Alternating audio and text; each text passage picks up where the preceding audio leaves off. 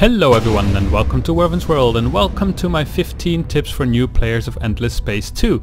Endless Space 2 is currently in early access on alpha on Steam and it's really great. It's definitely a big improvement over Endless Space 1 and it's very interesting. Of course it's in early access and many of the mechanisms are not very well explained at the moment.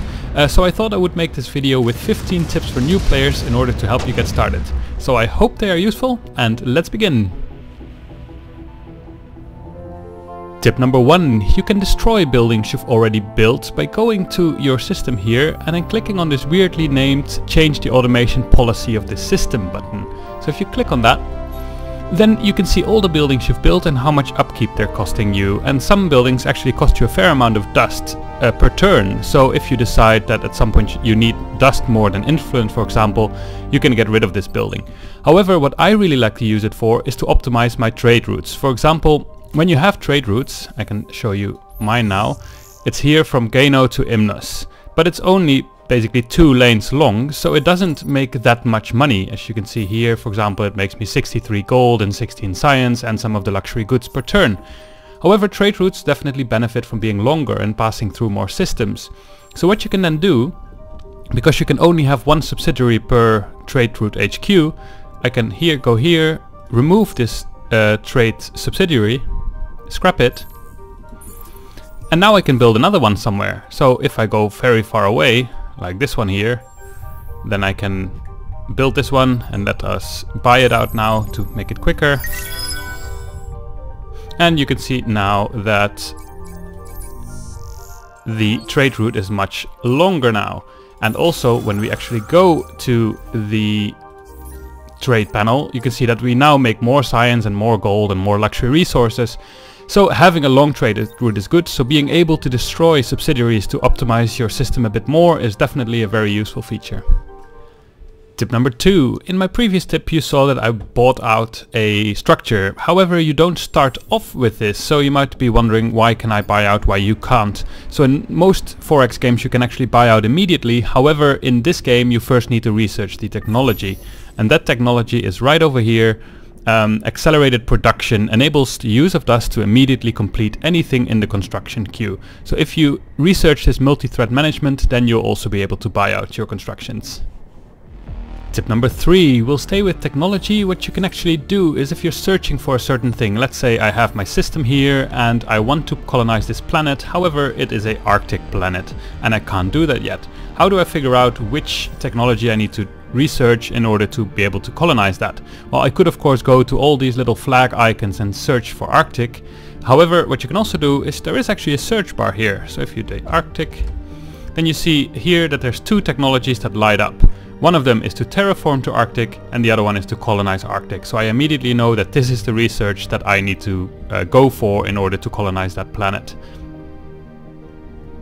Tip number 4, it really matters in which order you research technologies, and that's not just because then you'll have certain technologies before others, it's also because there is an incremental science cost. So for example, here is high energy magnetics, and because I've only researched these 2 technologies, high energy magnetics at the moment cost me 134 science. So let's go to a save game where I've actually researched much more. Alright, I now loaded the game and as you can see I've researched many more technologies here, and now instead of 164 this would cost me 1647 to research. So make sure that you think about in which order you want to research things, because otherwise you might start lagging behind with the things you're actually interested in. Tip number 5, I think this is my last tip related to technology screen. You can actually not drag and drop technologies, at least not in this version of the game. Maybe that comes at some point, because for example if you build stuff, you can actually drag them around. However, with technology that's not possible. So if you've already queued a lot of things, so let's say I first want to do this one and then this one and then this one and then this one, so I get this queue here, but I can't drag and drop them. However, what I can do is, let's say now I see like, ooh, I really need this one. Instead of having to delete all of these ones, clicking on this one and then doing the same queue again, I can hold Alt and click on this one and then it comes in front of this. So that is some way of customizing your research queue a little bit, but at some point I hope that they will implement drag and drop, but that's at least not implemented yet. Tip number 6. No, I was wrong, there is one more technology tip. Basically, at some point you're going to run out of things to build, and that can happen quite quickly, at least in maybe this stage of the game. And that's why it can be very good to research technologies that will allow you to do things infinitely. For example, here we've got this chameleon spaces, which allows us to make a planet cracker factory lab. And as you can see at the cost, it says infinity. And this is one of these things that basically turns all your production into science. Here with exploitation, you can build a thing that turns all or 25% of your production into money. And this can be made more efficient later on. For example, here it's 50% of your manufacturing is converted into science instead of 25%. So to do those, you just click on them. And as you can see here, there's this infinity sign. So from now on, this system will turn all their production into 0, and then they will increase their science output by 25% of that amount. Tip number 7. The scan button does different things depending on which zoom level you have, and some are more useful than others. But if you click here now, you can see diplomacy scan, and I'm not entirely sure how this one works yet. There's some links here between different empires, and well, it doesn't make a whole lot of sense to me yet. But at least you can see where kind of the other races are based. So for example, here's the Vojani and here's me. But then again, I also came across the Luminaris here, and they're not marked yet, but maybe that's because I didn't see their home system yet. In any case, if you start zooming in more, then you come across trade, and now you can see, for example, here my trade route between Gano and Imnes. If I zoom in more, I come across economy, and this one I kind of like. So you can zoom in and you can see how much of stuff they make. For example, this one is very much food based, but it also produces a lot of science and some influence, while this one here actually produces a fair amount of money in comparison to this one, relatively. So if you zoom in more, you kind of get the same overview a little bit, except so here you can see the food and influence and science and money, and same here. But if you start moving around, you can see here this line. Now Imnes is being analyzed, so the systems rank in the empire. So this is my best defensive city system. This is the one with the most people on it, with the most number of representatives, but it's only second in FTSE production. So there's a lot of graphs that are, well, not necessarily very useful, but they're interesting to look at least. And then you can zoom in even more. And then you can see here the populations scan. So you can see here the planet output as well as the planet population, and you can see here that I'm completely overpopulated and I should do something about it. Tip number 8. Don't forget about customizing your colony ship. At the beginning of the game, your colony ship will probably have like a movement module and a colonization module, but it will also have an empty slot. And you can already put a movement module in there, and at the beginning you have the bad one, which only gives you 2 movement points. And then you will have increased the movement of your colony ship. Unfortunately, at the exact beginning of the game, you cannot upgrade your current colony ship because you won't have enough money for it. But later on in the game, this becomes very important, because then they get much faster to the location where they should be. Thus, you can colonize much faster than your enemy, for example. Later on, you will unlock better movement modules. For example, here this one gives me movement but also evasion, but here is a movement module that gives me 3. So if I would replace these, then I already have 9 movement, which makes a big difference. Tip number 9. You will come across many curiosities during your exploration, and you can look at them in different ways. First of all, you can kind of, if you click on them, you can look at them, but it actually costs you a fair amount of turns to do these projects. What you can also do is, if you have an exploration ship nearby, which is this one here, then you can actually send probes. At the moment I have 2, but they can replenish with a certain cooldown. And then if I click on these, it will immediately send a probe. So then you don't have to wait for more turns for your planet, and they can actually build other stuff, although of course your ship will have to replenish these probes, and then you cannot use them for sending them out and doing exploration. So these might not actually be all curiosities that might be on these planets, and that depends on your research, where you have a curiosity detection level and a curiosity expedition power. So as you can see with this curiosity here, it only requires a curiosity expedition power of 1, but sometimes they might require 2 or even more. So if I need 2, then I need to research this, and now my curiosity expedition power is 2. But I also have a curiosity detection level, so I can actually detect higher level curiosities if I research this. There's also another one, for example, here that sets the detection level to 4 and then the expedition power to 3, so you can see even more high curiosities, and you can also do higher level expeditions. So that's all based on your research. Tip number 10. Your races will have different ships, and it's a very good idea to look at them and understand them a little bit. For example, here if we go to my tool ship, I can see that it's actually a protector, and its role of the ship is to protect and assist other ships in battle. So its primary targets are attacker and hunter ships, so the ships that would target it, and then the secondary targets would be protector and coordinator ships. However, it also has some extra bonuses. So it's a guardian, attracts fire from enemy to protect the other ships, which can be very good, because then they will draw all the fire away from your weaker ships that actually do more damage in order to protect them. It also has defensive, which gives it more percentage on plating and shield, so it's very much made to be acting as a tank basically, so to attract a lot of fire and not die. So then we have this weapon 3 here, and this is a attacker ship, and as you can see, this one has as primary targets protector and coordinator ships, and then as secondary targets carrier ships. It also has some different bonuses, so this one has focus. It focuses fire together with the flotilla to quickly eliminate ships, so not that everyone is shooting at different targets. And it has offensive, so it gains extra damage on weapons. So this is very much a damage ship. And then we have the hunter ship, which is basically the same as the weapon ship in its role. It also says that it needs to inflict massive damage, and it also first targets protector and coordinator ships and carrier ships, and it also has focus and offensive. So understanding these roles and bonuses makes it much easier to make a competent or good flotilla in order to beat your enemies with. Tip number 11. There is also a thing like expansion disapproval in this game, but it works a little bit different than, for example, in Endless Legend. Here there is a maximum amount of things you are allowed to have. Afterwards you get an approval penalty, maybe a little bit like Crusader Kings or something like that. So at the moment I'm allowed to have 7 systems, and if I have more, then my entire empire will be less happy than they are now. However, you can increase this. So if you go to the technology screen and you use over-colonization as your search term, or here I just put part of the word, then you can see these two here lighting up. And you can see that this one allows me 25% extra systems, and this one allows me 25% extra systems. So if I research these two, I can colonize many more systems before I get this approval penalty.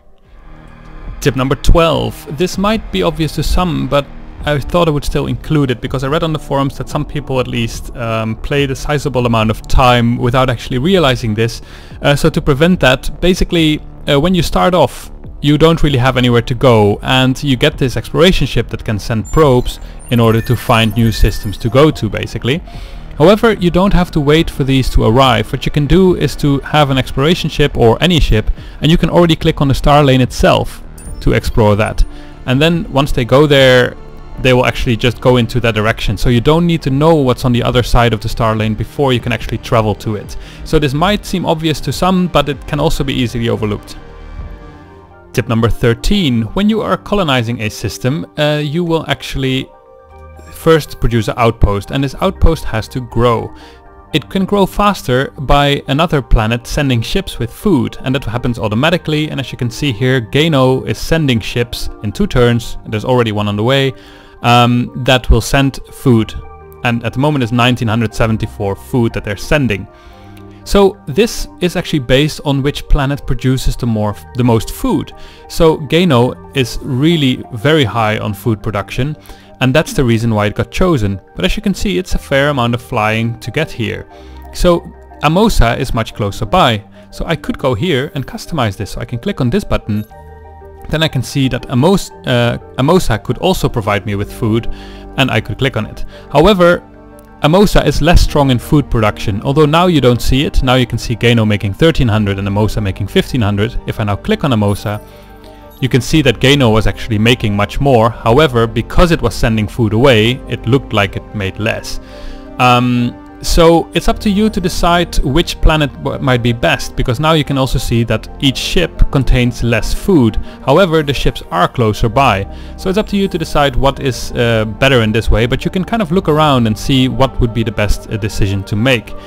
But also be careful, because it is fairly heavy on a planet in order to send this stuff to an outpost. So don't use growing planets or growing systems to send their food. For example, of course, I could have here this new colony Gobris send their food, but they're only making 132, and now they're sending 110, so they're only getting 76 food production for their own, because as you can see, there is minus 110 from the outpost. So yeah, don't burden small systems, do only use big ones that don't really need their food anymore, but make a educated decision between how much food you get per ship and how far away the ships are. Tip number 14. At the moment the game is still in alpha, and I've actually had an entire game where I was like at turn 90 or something ruined by a bug, and the reason for that was that there was a bug in the game, but I decided to continue playing, and at some point I wanted to load the game, but apparently this bug prevented me from loading the game. I wanted to go back to some autosaves, but those autosaves were already when the bug had occurred. So to make sure that this doesn't happen to you, first of all, of course, you can back up your saves, but what you can also do is go to options and go to game, and you can change the maximum amount of autosaves. So this will make sure that, let's say there is a bug and you only notice after many turns, that you at least have 20 turns to go back to and don't have your save game ruined.